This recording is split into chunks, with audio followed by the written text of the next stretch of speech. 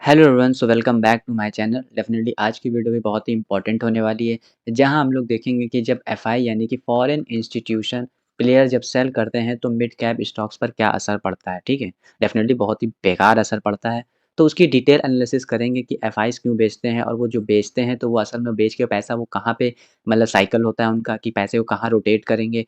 तो सारी आज की वीडियो में हम लोग कवर करेंगे। ठीक है, तो बेसिकली आज का पूरा फोकस होगा कि जो भी मिड स्टॉक का मिड कैप स्टॉक्स में जो भी गिरावट आती है, ठीक है, असर आता है एफआई सेल करने की वजह से, तो उसका पूरा एनालिसिस आज की वीडियो में हम लोग कवर अप करेंगे। ठीक है, तो वही समझेंगे कि जाने कैसे फॉरेन इन्वेस्टर का मार्केट से पैसा निकालना खासकर मिड कैप स्टॉक पर सबसे ज़्यादा असर डालता है। ठीक है, तो जब भी फॉरेन इन्वेस्टर आपका मार्केट से पैसा निकालते हैं तो सबसे ज़्यादा इम्पैक्ट कौन से स्टॉक्स में आते हैं? मिड कैप स्टॉक्स में आते हैं। तो इसी वजह से हम लोग आज की वीडियो में सारा डिटेल एनालिसिस को कवर करेंगे।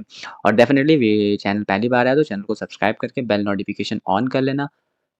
इस चैनल में बहुत इंपॉर्टेंट वीडियो, नॉलेज से रिलेटेड, अपडेट से related, stock market news, stock specific news को कवर किया जाता है। ठीक है? चैनल पे जाके देख सकते हो, अच्छी-अच्छी वीडियो जब तुम्हें दिख जाएँगी, देन उसके बाद तुम सब्सक्राइब कर सकते हो। पहले वीडियो को देख लो तब जाके।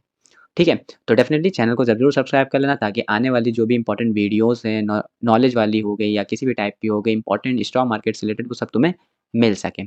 तो चलिए स्टार्ट करते हैं कंप्लीट इसको। तो सबसे पहले हम लोग समझ लेते हैं कि एफआईज़ ही क्या होते हैं। ठीक है? क्यों भाई, इनका क्या रुतबा है इतना स्टॉक मार्केट में कि इनका ही बोलबाला होता है।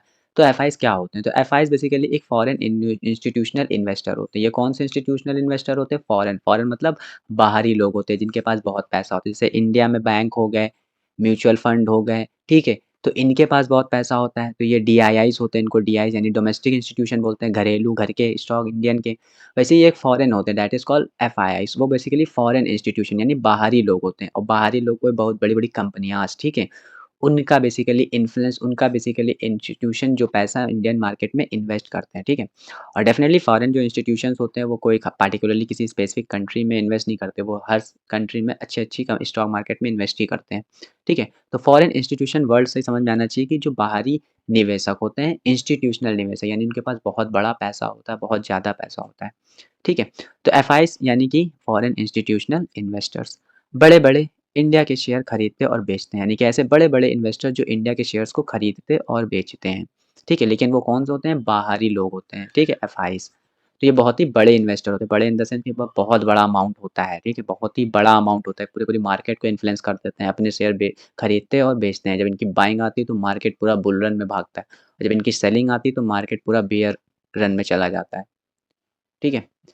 तो ये मार्केट मूड सेटर होते हैं, वही कह रहे हैं कि ये मार्केट के मूड सेटर होते हैं। हम यही मार्केट को डिसाइड करते हैं कि मार्केट को बुल ले जाना है कि बेयर ले जाना है। इनके ही बाइंग और सेलिंग से पूरा मार्केट इन्फ्लुएंस होता है, ठीक है? क्योंकि इनका पैसा बहुत बड़ा होता है, ठीक है? जैसे आपने मॉर्गन स्टैनली हो गया, ठीक है? या जितने बड़े-बड़े इंस्टीट्यूशंस हो गए, ठीक है?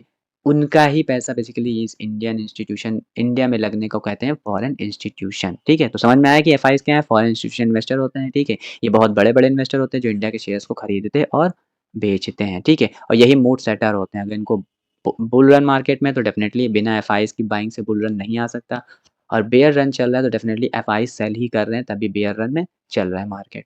सो ये बेसिक इंट्रोडक्शन है, जिनके पास बहुत पैसा होता है, जो मार्केट के मूड सेटर होते हैं। FI sell off, panic mode. FI का जब सेल ऑफ आता है, सेल ऑफ मतलब ये देख लो अभी 3 मंथ 4 मंथ से कंटिन्यू ये अपना क्या कर रहे हैं? सेल कर रहे हैं, यानी मार्केट से पैसा निकाल रहे हैं। तो ये पैनिक मोड हो जाता है, इसे कहते हैं। जब एफआई एक साथ शेयर बेचते हैं, जब एफआईज़ बहुत ही ज़्यादा एक साथ शेयर्स बेचते हैं, कभी भी देखते हो 2% 3% गिर जाता है मार्केट, पर्टिकुलरली कोई स्टॉक्स गिर जाता है 5% 8%। तो ये कब होता है? जब बेसिकली ये 5-8% कोई छोटा-मोटा प्लेयर नहीं हिला सकता किसी स्टॉक्स को, ठीक है? तो अगर 5% गिर रहा है, 8% गिर रहा है या चढ़ रहा है, तो डेफ़िनेटली उसमें बिना एफआईज़ की बाइंग से वो शेयर्स में इतना इन्फ्लुएंस नहीं हो सकता, ठीक है? तो जब शेयर्स बेसिकली एफआईज़ बहुत ज़्यादा शेयर बेचते हैं, तो मार्केट में एक पैनिकनेस क्रिएट हो जाता है। ठीक है? स्टॉक प्राइस तेज़ी से गिरने लगते हैं, ठीक है? मार्केट सेंटिमेंट पूरा नेगेटिव हो जाता है। तो बहुत इम्पोर्टेंट है कि अगर एफआई का सेल ऑफ स्टार्ट होता है, यानी पैनिक मोड स्टार्ट होता है, तो एक मार्केट पूरा सेंटिमेंट जो होता है पूरा नेगेटिव हो जाता है। जैसे तुम देख रहे होगे कि 2-3 महीने से कंटिन्यू मार्केट में बहुत ही ज़्यादा नेगेटिव सेंटिमेंट है, ठीक है? मतलब चढ़ ही नहीं पा रहा है मार्केट ऊपर की साइड, ठीक है? जैसे ही जाता है तुरंत सेल ऑफ आ जाता है भयंकर तरीके से। तो इसका क्या मतलब होता है सिंपली कि एफआईज़ ये भी पैसा बाहर निकाल रहे हैं मार्केट से। अब समझते हो बेसिक यहाँ पे अंडरस्टैंडिंग होगी कि एफआईज क्या होते हैं और एफआईज का किस तरीके से इन्फ्लुएंस होता है, ठीक है, मार्केट पे। अब बात कर लेते हैं मिड कैप स्टॉक्स क्या होते हैं। तो ये बहुत ही ना बड़ी कंपनी होती, बड़ी company the large cap company नहीं होती, ना बहुत ही छोटी, ना ही स्मॉल कैप होती, ना ही लार्ज कैप होती है। ये मीडियम साइज़ कंपनीज़ होती है, ठीक है? जिनका मार्केट वैल्यू जो हम कह सकते हैं वैल्यू जो हो 5,000 करोड़, 10,000 करोड़, ठीक है? 15,000 करोड़, 20,000 करोड़। तो इन कम ऐसे कंपनी जिनका मार्केट कैप इतना हो 5, 10, 15, 20,000 करोड़, तो ऐसी कंपनीज़ को हम लोग मिड कैप स्टॉक्स की कैटेगरी में रहते हैं, या ऐसी कंपनीज़ के जो शेयर्स होते हैं, स्टॉक्स होते हैं, वो सब मिड कैप स्टॉक्स की कैटेगरी में आते हैं, ठीक है? तो मिड कैप स्टॉक में लिक्विडिटी कम होती है। मिड कैप स्टॉक में डेफ़िनेटली जो भी इन्वेस्टर हैं, ट्रेडर हैं, वो ज़्यादातर कहाँ एक्टिविटी परफ़ॉर्म कर रहे होते हैं? लार्ज कैप में, ठीक है? तो इसीलिए मिड कैप में थोड़ा लिक्विडिटी कम होती है। लिक्विडिटी समझिए यहाँ पे मतलब वैल्यूम बहुत ज़्यादा नहीं होता है, ठीक है? कम बायर्स और सेलर्स यहाँ पे काम कर रहे होते हैं। कभी-कभी देखते हो कि तुरंत अपर सर्किट लग जाना, लोअर सर्किट लग जाना, तो डेफ़िनेटली वहाँ पे इतना ज़्यादा लिक्विडिटी नहीं होती कि अपर लोअर सर्किट बहुत ही ईज़िली वहाँ पे मिड कैप स्टॉक्स में लग जाता है। एक अच्छी बाइंग अगर किसी इंस्टीट्यूशन के थ्रू आ गई। ठीक है, तो मिड कैप स्टॉक क्या होते हैं? सिंपली ना लार्ज कैप जो बहुत बड़ी कंपनीज़ होती हैं, जैसे हम बोल सकते हैं लाइक रिलायंस, एचडीएफसी बैंक, ठीक है? स्मॉल कैप जो बहुत ही छोटी कंपनियाज़ होती हैं, ठीक है? छोटी-छोटी कंपनी जिनका मार्केट वैल्यू लगभग 1,000 करोड़, 2,000 करोड़, 3,000 करोड़ ऐसे होता है। मिड कैप बेसिकली जो 10-12 हज़ार करोड़ से लेके 30,000 करोड़ के बीच में जब मार्केट वैल्यू होती है, तो वो सब कंपनीज़ कैसी होती हैं? मिड कैप कंपनी होती है, उनको मिड कैप स्टॉक्स की कैटेगरी में रखा जाता है। So this is all about the mid cap stock जो थोड़ी ना बड़ी होती है, ना बहुत छोटी होती हैं, बीच की होती हैं। ठीक है। अब देखो बेसिकली समझो क्या है मिड कैप क्रैश नंबर बोलते हैं किसे हैं यार? मिड कैप इंडेक्स ठीक है, ऊपर से कितना गिर चुका है 16 से 20%। लार्ज कैप इंडेक्स ऊपर से कितना गिर चुका है 11 से 14%। स्मॉल कैप इंडेक्स जो अपने हाई है उससे क्या बहुत ही ज़्यादा गिरावट है। तो जब भी एक क्रैश आता है, ध्यान देना एक क्रैश आता है, ठीक है? या सेल ऑफ अच्छा चल रहा होता है, तो सबसे ज़्यादा जो गिरावट होती है वो सबसे ज़्यादा स्मॉल कैप में होती है।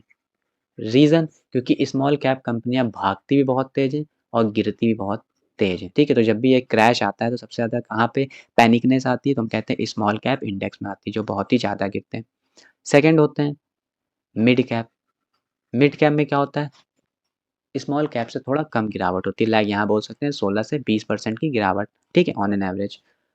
तो 16 से 20% की गिरावट यानी कि मिड कैप जो होते हैं वो थोड़ा स्मॉल कैप से धीरे भागते हैं, लेकिन डेफ़िनेटली तो गिरते भी थोड़ा स्मॉल कैप से कम है, ठीक है? क्योंकि इनकी थोड़ी कंपनियाँ बड़ी होती हैं, इतनी बड़ी नहीं होती लेकिन होती हैं, ठीक है? तो मिड कैप इंडेक्स में क्या होता है 16 से 20% गिरावट आ गई, बट लार्ज कैप इंडेक्स की बात करोगे तो वो 11 से 14% आया है, ठीक है? तो यहाँ पे देखो बहुत ही कम गिरावट क्रैश में सबसे ज़्यादा कम गिरावट कहाँ होती है? लार्ज कैप इंडेक्स में। रीज़न क्योंकि यहाँ पे बड़ी-बड़ी कंपनीज़ होती है तो उनके 1-2% को भी मूव कराने के लिए तुम्हें बहुत ज़्यादा पैसा उसमें लगता है।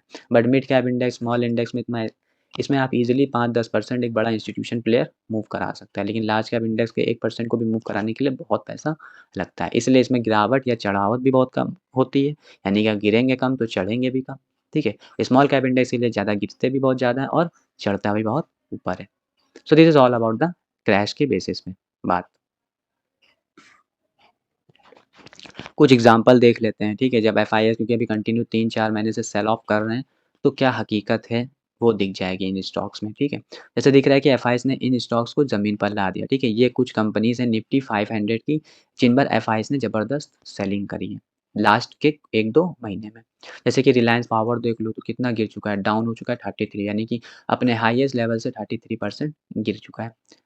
फाइव स्टार बिज़नेस फाइनेंस ये एक कंपनी है जिसका डाउन कितना चल रही 31% गिरा हुआ है।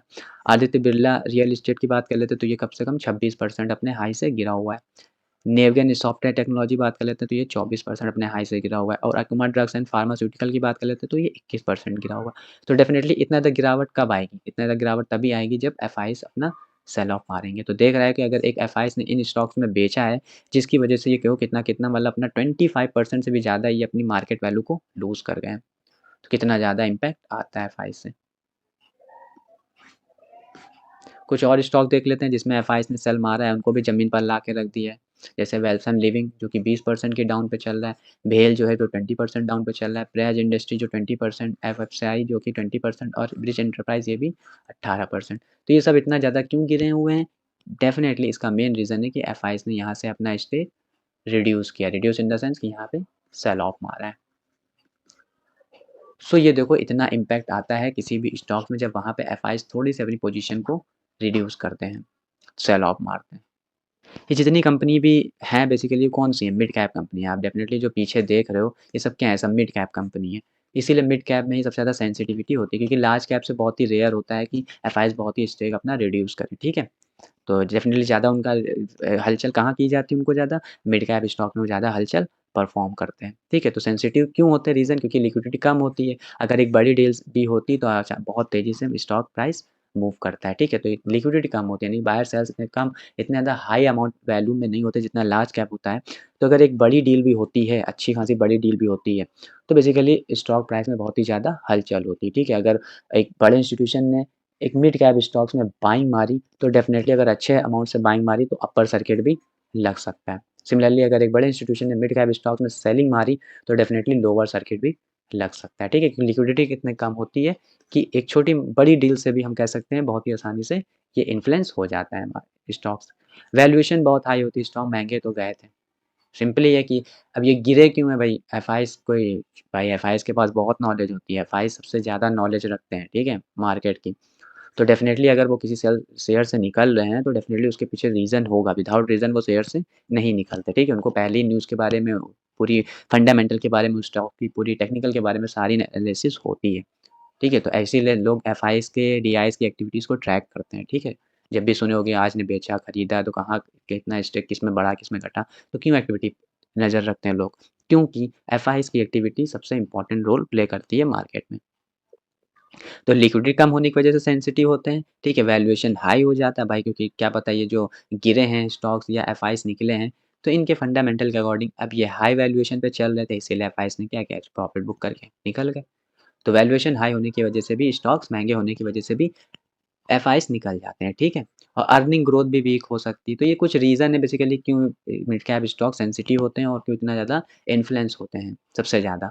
क्योंकि लिक्विडिटी कम होती है, वैल्यूएशन मिड कैप स्टॉक्स में जनरली वैल्यूएशन हाई होती है, सब सारे स्टॉक्स की हाई होती है, बहुत रेयर केस है। बहुत हाई होने पे सेलिंग आती है, ठीक है? एक ऑन एन एवरेज अगर पीई किसी का इस इंडस्ट्री का पीई 20 है, तो हर मिड कैप स्टॉक्स की ऑन एन एवरेज 25 से 35 के बीच में पी रहता है, ठीक है? मतलब हमेशा इंडस्ट्री पी से ज़्यादा ही रहता है उसका पी, ठीक है? बट अगर बहुत ज़्यादा है, मान लो इंडस्ट्री पी 20 है और किसी स्टॉक्स का 60-70 पी है, तो डेफ़िनेटली बहुत ही हाई वैल्यूएशन पे अभी ये स्टॉक चल रहा है, तो यहाँ पे इन्वेस्ट करना कोई फ़ायदा नहीं, प्रॉफ़िट बुक करके इसको पहले नीचे लेकर आने दो। So that is all about क्यों इतना सेंसिटिव रोल प्ले करते हैं, ठीक है? क्योंकि यही 3 रीज़न होते हैं और एफआईज़ की एक्टिविटी से ही सारा मार्केट होता है इम्पोर्टेंट। क्यों? और ये भी इम्पोर्टेंट रीज़न होता है कि पैसा शिफ्ट हो रहा होता है, ठीक है? क्योंकि भाई एफआईज़ क्या करते हैं, मिड कैप स्टॉक्स में लगाते हैं, अच्छा प्रॉफ़िट लेते हैं, प्रॉफ़िट लेके क्योंकि रोटेशन ही चलता है भाई, पूरा साइकिल स्टॉक मार्केट पूरा साइकिल बेस्ड रोटेशन पे परफ़ॉर्म करता है, ठीक है? कि एफआईज़ कहीं से पैसा निकाल रहे होते हैं, तो कहीं लगा रहे होते हैं, कहीं लगा रहे होते हैं, तो डेफ़िनिटली कहीं से निकाल रहे होते हैं। तो ये पूरा रोटेशन गेम ही चलता है। तो पैसा शिफ्ट होता है, अगर एफआईज़ के निकलने से पैसा लार्ज कैप स्टॉक्स में शिफ्ट होता है, ठीक है? कि डेफ़िनिटली मिड कैप से अगर स्टॉक से निकालेंगे पैसा एफआईज़ तो अब स्मॉल कैप में तो लगाएँगे नहीं, तो वो पैसा कहाँ शिफ्ट करते हैं? लार्ज कैप में शिफ्ट करते हैं पैसे को, ठीक है? तो इस तरीके से एफआईज़ का पैसे का रोटेशन होता है। अगर वो मिड कैप से निकाल रहे हैं तो लार्ज कैप में हो सकता है वो अपने पैसे को शिफ्ट कर रहा हो। रिटेल और डीआई ज़रूर सपोर्ट करते हैं, लेकिन वो कॉन्फिडेंस नहीं ला पाते जितना एफआईज़ कॉन्फिडेंस लाते हैं, ठीक है? क्योंकि आप कहोगे रिटेल भी तो है, डीआई भी तो हैं, क्या इनका कोई इन्फ्लुएंस नहीं होता? होता है डेफ़िनिटली, लेकिन ये सपोर्टिव काम करते हैं, ये इन्फ्लुएंस नहीं कर सकते मार्केट को। ये सपोर्टिव की तरह काम करते हैं मार्केट में। डीआईज़ क्या करता है, बहुत ज़्यादा गिर रहा है तो सपोर्ट दे दिया, रिटेल गिर रहा है सपोर्ट दे दिया, या बहुत ज़्यादा ऊपर चल रहा है तो रिटेल डीआईज़ ने प्रॉफिट बुक करके थोड़ा नीचे लिया है उसको। बट इन्फ्लुएंस जो करता है वो सिर्फ़ एफआईज़ करता है। एफआईज़ ही मार्केट के सेंटीमेंट मोड को डिसाइड करता है। डीआईज़ और रिटेल तो सिर्फ़ सपोर्ट करते हैं उसको, ठीक है? So all point of view से बात करें तो शॉर्ट टर्म में हमेशा प्रेशर रहता है, मिड कैप में अगर एक सेल ऑफ आता है तो शॉर्ट टर्म में डेफ़िनिटली एक प्रेशर क्रिएट होता है, बट अगर लॉन्ग टर्म में देखते हैं तो वापस से वो रिकवर होते हैं। अगर कंपनी अच्छी है, किसी भी मिड कैप स्टॉक्स की या कोई भी कंपनी अगर अच्छी है और वो अब गिरावट आई है उसमें, तो अगर उसकी ग्रोथ, अर्निंग, उसका बिज़नेस अच्छा है तो डेफ़िनेटली वो वापस से लॉन्ग टर्म में रिकवर कर ही जाएगी। भले ही उसके साथ शॉर्ट टर्म में थोड़ा प्रेशर ज़रूर हो। तो शॉर्ट टर्म, लॉन्ग टर्म के बेसिस पे भी डिफाइन होता है। अगर तुम्हें शॉर्ट टर्म जाना है, किसी में सेल है तो डेफ़िनेटली तुम उसमें बाय करने की नहीं ढूँढोगे। बट अगर लॉन्ग टर्म में तो तुम डेफ़िनेटली उसको पता है अगर कंपनी अच्छी है तो उसमें बैठ सकते हो लॉन्ग टर्म के लिए। सो ओवरऑल कंक्लूज़न हम लोग ने क्या-क्या डिस्कस कर लिया, तो ये देखा कि एफआईज़ कौन है, ठीक है? मिड कैप स्टॉक्स क्या हैं, ठीक है? मिड कैप स्टॉक्स में क्यों इन्फ्लुएंस होता है? ठीक है? क्यों सबसे ज़्यादा ये सेंसिटिव होते हैं, एफआईज़ निकलते हैं तो कहाँ जाते हैं और ये कैसे मार्केट सेटर होते हैं, कैसे मार्केट के मूड डिसाइड करते हैं। तो ये सारा ओवरऑल डिस्कशन और फिर हम लोग ने कुछ देखा कि जिनमें एफआईज़ ने अपने स्टेक को कम किया यानी कि सेल मारा है तो वो स्टॉक्स कितना ज़्यादा 25 से 30% ऑन एन एवरेज गिरे हैं अपने ऑल टाइम हाई से। ऑल टाइम हाई कह सकते हो या अपर से। तो कंक्लूजन ये है कि एफआई का सेल ऑफ का सबसे बड़ा नुकसान मिड कैप स्टॉक्स में ही होता है। लार्ज कैप में इतना ज़्यादा स्टॉक्स में इन्फ्लुएंस नहीं होता। तो अगर एफआई का सेल ऑफ आ रहा है यानी मार्केट में कंटिन्यू सेल कर रहे हैं तो सबसे ज़्यादा उसमें नुकसान कौन से स्टॉक्स में होगा? मिड कैप स्टॉक्स में होगा। मार्केट सेंटीमेंट एफआई के एक्शन पर डिपेंड करता है। डेफिनिटली वही मैं कह रहा हूँ कि मार्केट पूरा मूड सेटर एफआईज करते हैं, ठीक है? उनके एक्शन पर ही सब कुछ डिपेंड करता है। डीआईएस और जो रिटेल होते हैं सिर्फ सपोर्टिव काम करते हैं। इन्वेस्टर को पेशेंस रखना चाहिए और स्टडी के साथ इन्वेस्ट करना चाहिए। डेफिनेटली अगर मिड कैप स्टॉक कोई अच्छा है तो अगर गिरा है तो डेफ़िनेटली उसने एफआईज़ ने प्रॉफ़िट बुक किया है, वो वापस से स्टेक अपना बढ़ाएगा, खरीदेगा। बट इम्पोर्टेंट है कि अगर तुम्हें इस कंपनी अच्छी लग रही है, उसका वैल्यूएशन, उसका फंडामेंटल, उसका बिज़नेस सब अच्छा लग रहा है, तो तुम पेशेंस के साथ उसमें बैठे रहो। ठीक है? So this is all about the in conclusion. So आज की वीडियो में हम लोगों ने कंप्लीट डिस्कस किया, तो बेसिकली हम सोचते हैं कि न्यूज़ के पॉइंट ऑफ व्यू से थोड़ा इन्फॉर्मेशन भी, थोड़ी नॉलेज भी शेयर कर दें सो दैट थोड़ा अंडरस्टैंडिंग तुम्हें हो सके। डेफ़िनिटली वीडियो पूरी थी इस बेसिस पे कि एफआईज़ सेल मारी ने, ये जो मैंने कंपनीज़ रिकमेंड किया है इसमें, यानी कि इनमें से रिड्यूस किया अपना स्टेक, तो ये कंपनी में प्रेशर आया और ये अपने 25-30% डाउन है। बट खाली ये बता देते तो कोई फ़ायदा नहीं होता, ठीक है? थोड़ा बेसिक अंडरस्टैंडिंग देनी थी कि एफआईज़ क्या है, मिड कैप स्टॉक्स क्या हैं, क्यों इन्फ्लुएंस ज़्यादा होता है। तो एक ओवरऑल पैकेट बन जाता है कि रीज़न समझ में आ जाता है कि ये शेयर गिर रहे हैं तो इनके पीछे क्या लॉजिक है। सो आज की वीडियो में कंप्लीट इन्फॉर्मेशन मिल गई। डेफिनिटली अगर तुमने लास्ट तक वीडियो देखा है तो समझ में आया होगा कि इस चैनल पे बहुत ही important video, informative video, knowledgeable video मिलती है। तो अगर वीडियो अभी भी पसंद आई है तो डेफिनिटली लाइक करना, शेयर करना, सब्सक्राइब करना। सब्सक्राइब ज़रूर कर लेना सो दैट कि तुम ही मिस करोगे अच्छी-अच्छी इन्फॉर्मेशन, नॉलेज की वीडियोज़ को, ठीक है? सो मिलते हैं नेक्स्ट वीडियो में कुछ और इम्पोर्टेंट इन्फॉर्मेशन प्लस नॉलेज के साथ, प्लस न्यूज़ अपडेट के साथ। तब तक के लिए बाय।